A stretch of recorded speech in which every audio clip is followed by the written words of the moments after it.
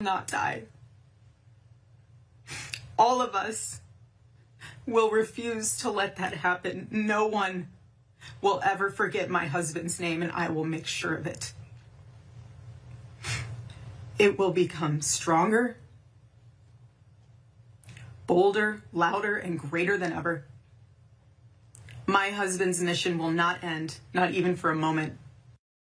Driena Sixto is here with us. She's a spokesperson with Turning Point USA. Driena, great to see you. Hey, John. Thank you guys for having me on the show. Of course. We've just known each other like not even a month, I don't think, yet. You know, you've been coming on our show, of course, prior to this happening now.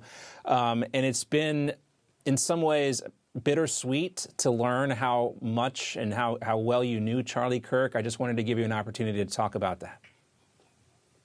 Yeah, so I have been a part of the Turning Point family since 2016 as official staff. I worked with Turning Point USA, the C3, the nonprofit, up until 2022. Then I transferred to the C4, so now I'm at Turning Point Action, and I'm a spokesperson for Turning Point Action. And it truly has been it's a privilege to have seen the organization I joined when there were maybe 20 people on staff back in the day grow into the behemoth that it has.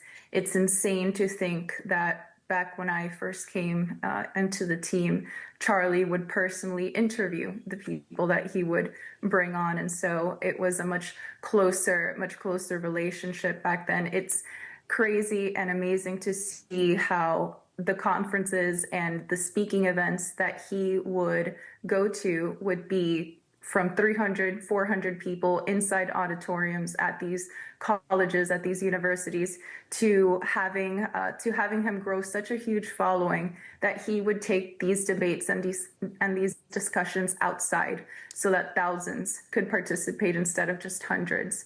So I am blessed to have seen that firsthand, to have witnessed it firsthand, and to know his character, which I think is the founding reason as to why Turning Point USA and Turning Point Action has been so successful.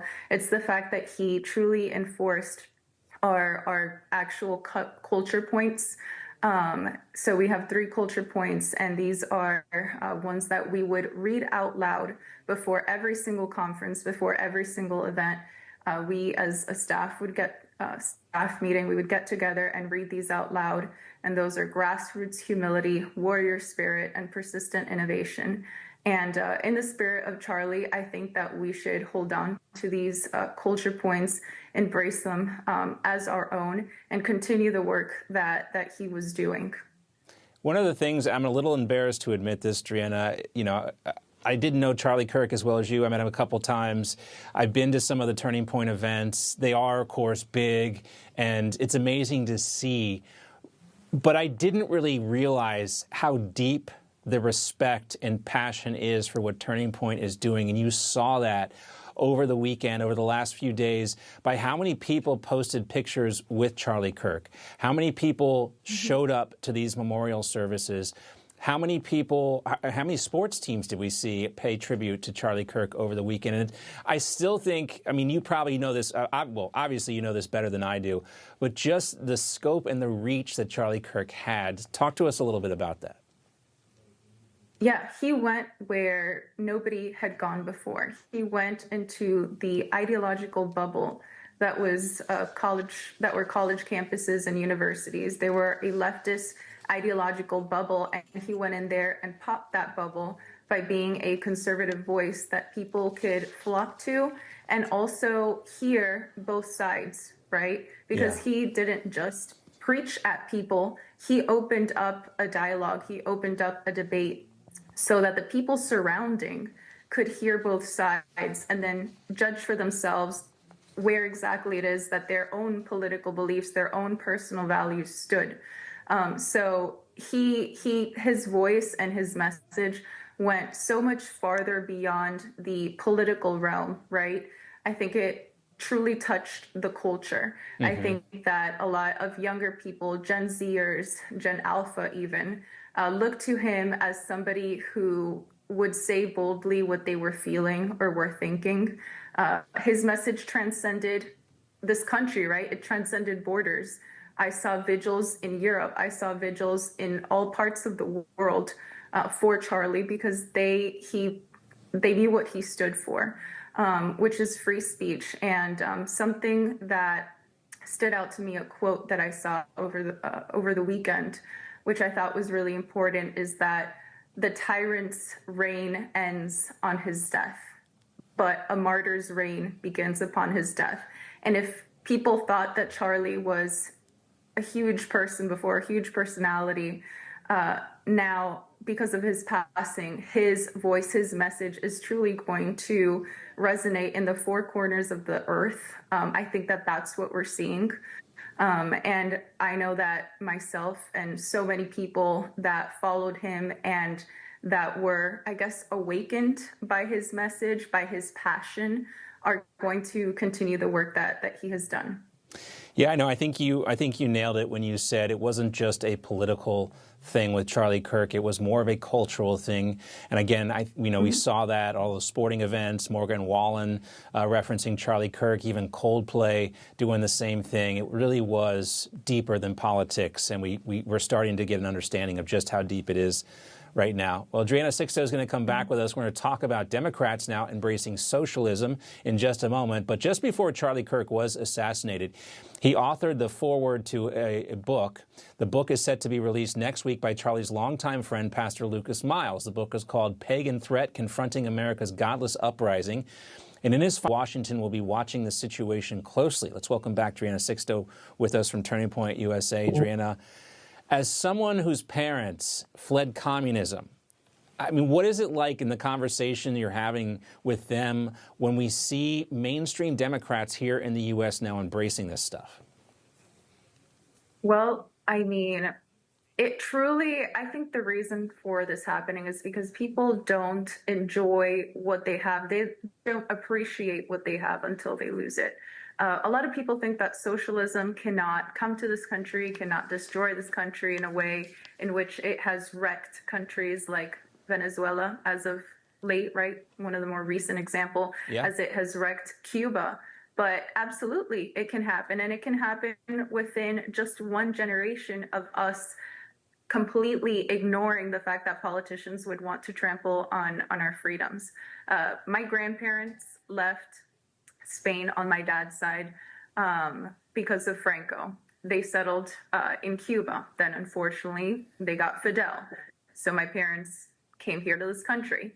And now we're having the same threat of big government, the same threat of socialism affect us here. So it absolutely can happen. Cubans even warned Venezuelans back in the day before Hugo Chavez was democratically elected in Venezuela. They warned them of the realities of socialism, that it's not all sunshines and rainbows as expected, as they paint, right? It's only good in theory. That's why there's no good example that exists in practice. There's no good example where one can point to and say that socialism has worked there. But I think it's more than anything so concerning that it's becoming so mainstream that, it's not just now a mayoral candidate for New York City, that now a governor for the entire state would endorse somebody that is so extreme in their political views and in their ideology. Yeah, no, I don't know. The slippery slope of socialism is so apparent, as you mentioned. It always starts out as an idea, just a little socialism here and there, just a little bit of government funding to make something better, but it doesn't actually work out. So then they say we need more. We're not doing enough, so we need more. And then it turns into communism. I think your example of Venezuela is perfect. In my lifetime, we've watched this place go from being the second richest country in the Western Hemisphere to being a place now where people joke about the Maduro diet, where you've seen images of the belts. They can't afford new belts, so they have to make new belt holes. That is the reality of socialism, which, of course, always turns into communism. And again, there's a pressure campaign now on Democrats. House Minority Leader Hakeem Jeffries, he's held off for now, Chuck Schumer also has refused to endorse Mamdani, but that's coming because he's getting pressure from AOC, who might run for his seat in the Senate very soon. Lawmakers are now being criticized.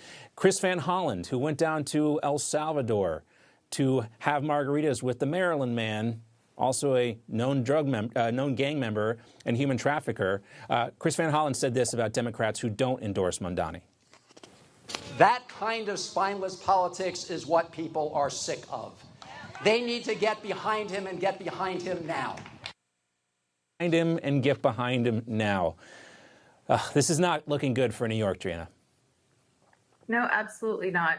They are rallying to their new base, right? Their new base of Democrat supporters and Democrat voters seems to be a much younger category of voting citizens because they have gone through, unfortunately, many years of indoctrination in our school systems, K through 12, and then also colleges and universities. I think the older, normally voting Democrat population is seeing the extremism for what it is, and so they're siding with more center-left candidates or even making a full swing to the right. We've seen Democrat politicians renounce their party and switch over to our side, but there's definitely a rallying cry by the youth of wanting these extremist policies, and there's politicians that, despite knowing that this would ruin the country, despite knowing that this doesn't work, are just simply going along with it because it's what they think would get them votes. So they're not principled in any way, shape, or form. Somebody whose principles can be easily bought off and that can easily change with time based on whatever would keep them in power is not somebody that is really a quality politician, and it's not a quality American. No, again, I think you're absolutely right. These kids, their heads have been so warped by the people that have told them Trump is a Nazi and you're losing your democracy. And if you don't do something now, the whole world's going to end because of Donald Trump, that they are so desperate for a victory. They see the one guy on the Democratic side who looks like he's going to win, and everybody jumps on board that bandwagon. And, I think we talked about the culture of Charlie Kirk earlier, and the flip side of that, the Democrat, the far leftist culture that is pervasive among them. That's also, I think, promoting the Zohran Mamdanis of the world. We saw some of that last night during the Emmy Awards in Hollywood. There was this actress named Hannah Urbinder. She won an Emmy, and she turned the moment into a political soapbox. Listen to what she said. I just want to say, finally, go Birds, ICE, and free Palestine. Thank you.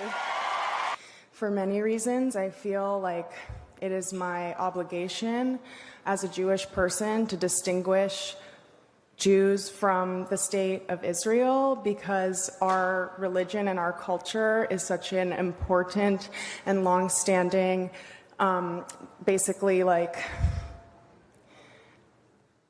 institution that is really separate to this sort of ethno-nationalist state.